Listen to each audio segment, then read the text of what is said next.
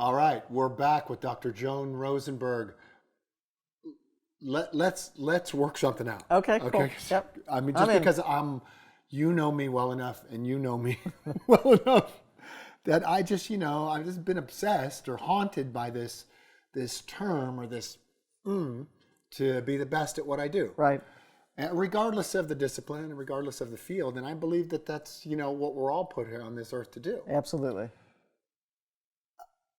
And I always tell people, look, if you desire that, if you feel that instinctually that's what you're here to do also, yep. then the number one thing you got to do is you have to master your story. You have to master the ability to express yourself so that you can make your way there and people can follow you. Right. And help you and help build this thing. Am I right about it?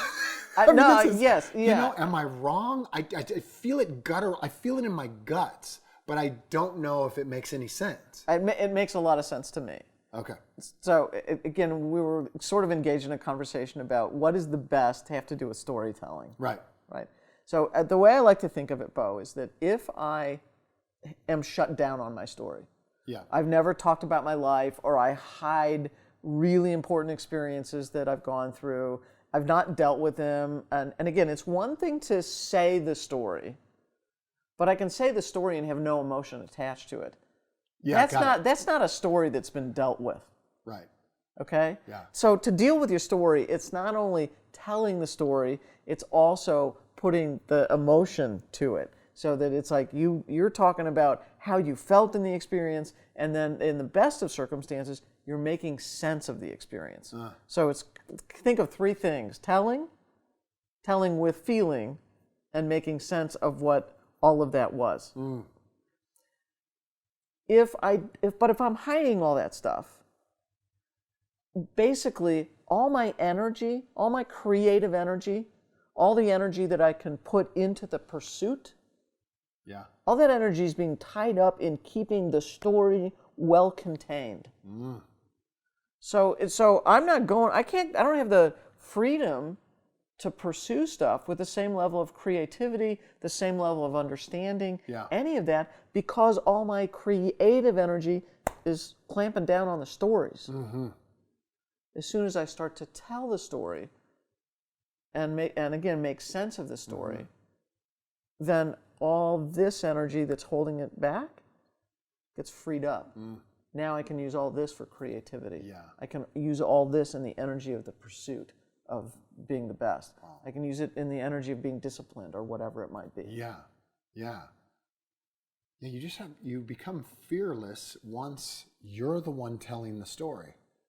If that story's telling you, and you're having to hold it down for fear that it's going to expose you in some certain way, then all your energy's going into, containing that thing. I don't want to contain this thing. Right. You want to let it free. You want to let it roam. Yeah. And that, I guess, we would call that a generous spirit, correct? Absolutely. Absolutely.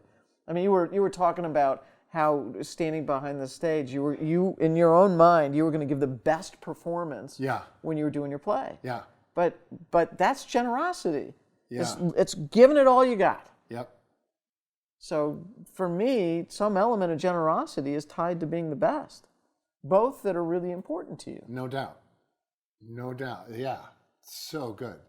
Well, thanks for that, because I often train this and I talk to people about it and I implore this of them without really having any what am I actually trying to do with these people? Why do I kind of know this to be true, but why is it true?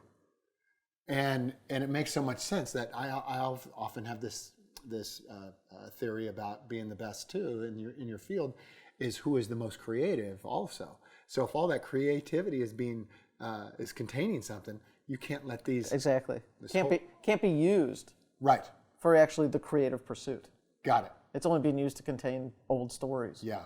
Old painful stories. Yeah, and us human beings, we're not in the business of containment, are we? I mean, we don't like that. We're in the business of freedom and expression. Right. Not, let me contain this so no one sees it. Right. And which is often when you hear, when I give people the assignment of, tell me that one story that you don't want to tell? Tell me that one. Because I got a feeling that your gold lies in that one. Absolutely true. Yes. Yeah. That's cool. Yeah. See, that I just think there's just no other work to be doing other than this kind of work. Right. Right? Yeah. So that you can really run free. And so that, we have leaders that, are healthy and are running free, and someone that people can follow, and then someone that you can follow, that can lead you. Right. At the same time. Right. And you become a much better leader.